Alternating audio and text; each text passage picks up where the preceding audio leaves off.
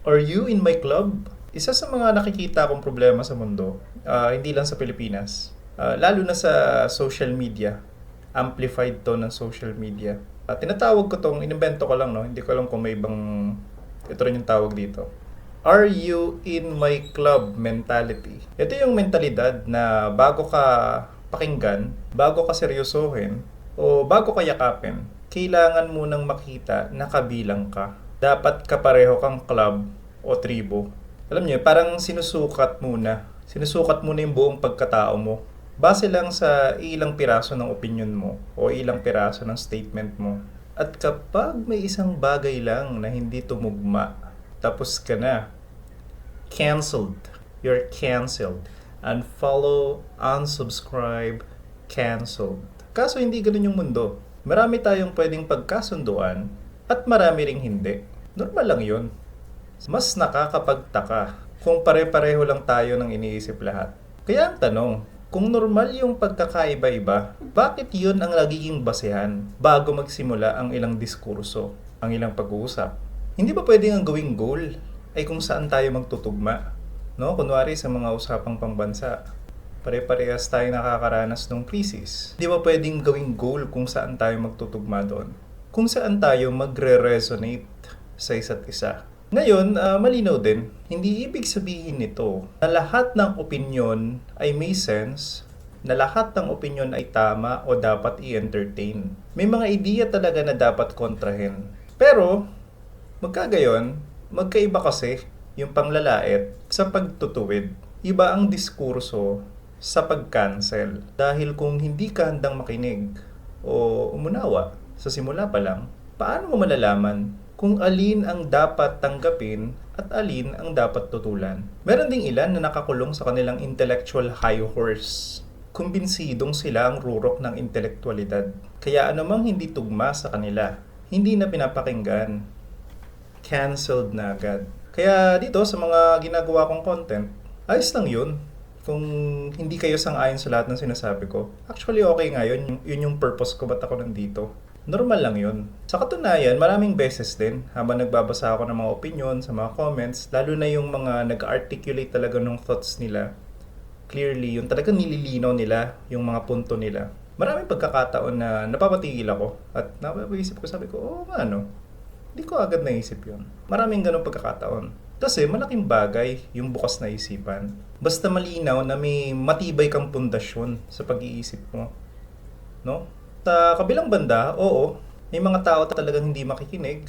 May mga tao talagang hindi maganda yung layunin sa umpisa pa lang. May mga toxic, may mga troll, may mga bad actors dito sa social media na walang ginusto kundi manggulo. Pero hindi sila yung punto. Hindi dapat sila yung punto ng mga diskurso. Hindi dapat sila yung mga punto ng pag-uusap. Ang punto ay yung mas malaking grupo. Naniniwala ako majority to. No? Yung mga tahimik lang, nanonood, nag-iisip, at handang makinig. Doon naglalaro yung tunay na laban. At kapag lumaki pa yung grupo na to, yung space para sa mga bad actors, para sa mga trolls, lumiliit din. Bakit? Kasi hindi mo kailangan talunin yung mga toxic na tao. Ang kailangan mo lang gawin ay itaas ang antas ng pag-uusap o diskurso. Kasi kung ganun yung mangyayari, yung mga nakikinig, nagkakaroon ng mas maraming tao na mas tumatalas yung pag-iisip, tumataas yung discernment. Ito yung tinatawag na pagtaas ng critical thinking. So yung mga tao, kapag tumaas yung level ng diskurso, nagkakaroon ng mas maayos na option o pagpipilian sa mga hinahanap nilang mga sagot o mga hinahanap nilang ideya. At mapapansin mo rin, ang mga hindi seryoso sa usapan o yung mga gusto lang talaga manggulo, kusa rin silang lumalabas sa paraan ng kanilang pananalita at pakikisalamuha o yung pag-interact. They always reveal themselves eventually. Sobrang familiar ako dyan, no? Parang wala pa yata akong 3 months gumagawa ng content. Pero kahit anong effort kung ayusin yung pagsulat sa mga content ko, talagang nandyan yung mga mumurahin ka, sasabihan ka ng bobo, sasabihan kang masamang tao, at marami sa kanila anonymous account pa. Alam nyo yun, yun lang ginagawa nila ng gugulo sa likod ng anonymity.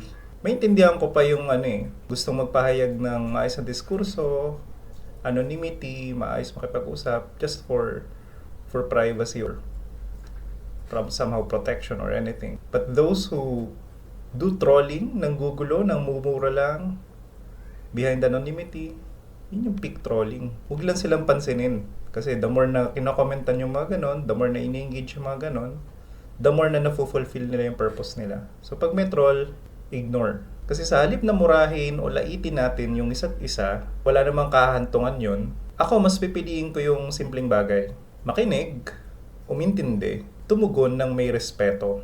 Kahit pa sa maraming pagkakataon ay hindi tayo sang-ayon sa isa't isa. It's actually good to agree to disagree as long as ang pinanggalingan ng endpoint na yon ay mula sa maayos na diskurso, sa maayos na pag-uusap. Kung baga yung mga logic, yung mga principles, yung mga pinanggagalingan na ilatag ng maayos. Kasi alam niyo yun, ang pinakamalakas na sagot, ironically, ay yung hindi ka naninigaw, kundi yung mga sagot na solid at may matibay na paninindigan. You don't have to shout to make a point. Kaya salamat sa inyo, mapasang-ayon man kayo o mapaiba man yung side nyo mula sa sinasabi ko, alam nyo, okay lang yun. Basta ang in-encourage natin ay mapag-usapan ng malalim yung mga mahalagang bagay. Kung mapapansin nyo yung nakasulat sa description ng page ko, pag-usapan natin ang mahalagang bagay. Kasi maraming content na puro kababawan.